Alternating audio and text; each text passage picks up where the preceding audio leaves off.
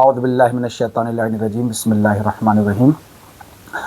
آج شب برات ہے اور تمام مولا کے چاہنے والوں کو شب برات بہت بہت مبارک ہو۔ اور یہ مبارک رات اتنی مبارک ہے کہ امام جعفر صادق علیہ السلام فرماتے ہیں کہ شب قدر کے بعد، جو ماہ رمضان میں شب قدر ہے، اس شب قدر کے بعد جو افضل ترین شب ہے وہ شب برات ہے۔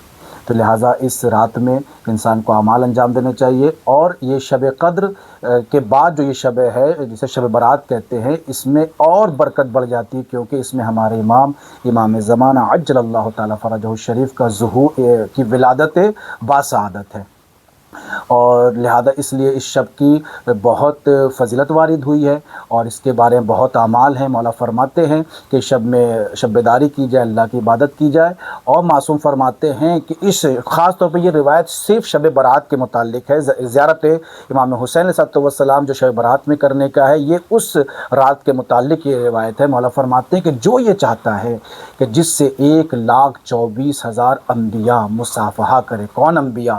معصوم انبیاء، عادل انبیاء، اور اس میں جناب آدم علیہ السلام، جناب موسیٰ، جناب عیسیٰ، جناب ابراہیم علیہ السلام، جناب یوسف و یعقوب علیہ السلام، ہمارے آخری نبی محمد صلی اللہ علیہ وآلہ وسلم، ایسے بڑے بڑے نبی، جو یہ چاہتا ہے کہ ان سے اتنے بڑے بڑے نبی 1,24,000 انبیاء مصافحہ کرنا چاہیں، جو یہ چاہتا ہے ان سے مصافحہ کرے، تو اسے چاہیے کہ وہ شب برات امام حسین علیہ السلام کی زیارت کو ترک نہ کرے۔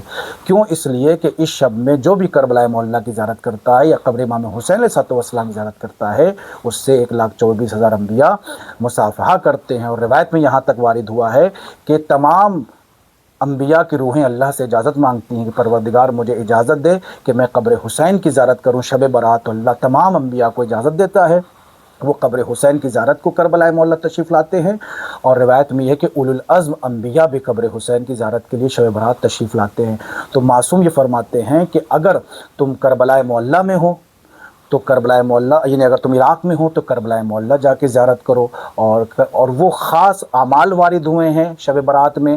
انسان تمام اعمال کو انجام دے شب برات میں، جو نمازیں، دعائیں، سورے پڑھنے کا آیا ہے، نمازیں، سب انجام دے، لیکن اس کے ساتھ یاد رکھے افضل اعمال، ان تمام اعمال میں جہاں نماز ہے اور دعائیں ہیں، سورے ہیں، ان تمام اعمال میں سب سے افضل ترین جو اعمال ہے وہ زیارت امام حسین علیہ السلام ہے۔ جس طریقے سے وہ شب برات نماز کو نہیں چھوڑنا، زیارت اور اعمال کو نہیں چھوڑنا، اور دعائیں نہیں چھوڑنا، سورہ کو پڑھنا نہیں چھوڑنا ہے، اس پہ ضروری ہے کہ افضل اعمال وہ ہے، وہ زیارت امام حسین علیہ السلام ہے، اسے بھی ترک نہ کرے۔ جو عراق میں ہے وہ کربلا معلیٰ جا کے زیارت امام حسین علیہ السلام پڑھے، اور 2 رکعت زیارت امام حسین علیہ السلام پڑھے۔ اس کے بعد زیارت امام حسین جو وارد ہوئی ہے، زیارت عاشورہ، زیارت وارثہ، اس کو پڑھے، اور ایک خاص زیارت وارد ہوئی ہے شب برات کی، جو اعمال کی کتابیں موجود ہے، آپ اس کو پڑھنا چاہیے، تاکہ وہ اس خاص شب میں خاص زیارت ہے۔ اس طرح سے انسان کو اس اعمال کو نہیں چھوڑنا چاہیے۔ روایت میں یہ آتا ہے کہ مولا فرماتے ہیں کہ جو کم سے کم جو طریقہ ہے زیارت امام حسین علیہ السلام کا اس شب میں، وہ یہ ہے کہ جو کربلا نہیں جا سکتا وہ اپنی چھت پہ جائے، اور دائیں طرف دیکھے، بائیں طرف تھوڑا سا دیکھے، اور آسمان کی طرف دیکھ کر کے، اور اس کے بعد کربلا کا رک کر کے ایک جملہ کہے، السلام علیک یا ابا عبداللہ، السلام علیک ورحمۃ اللہ وبرکاتہ۔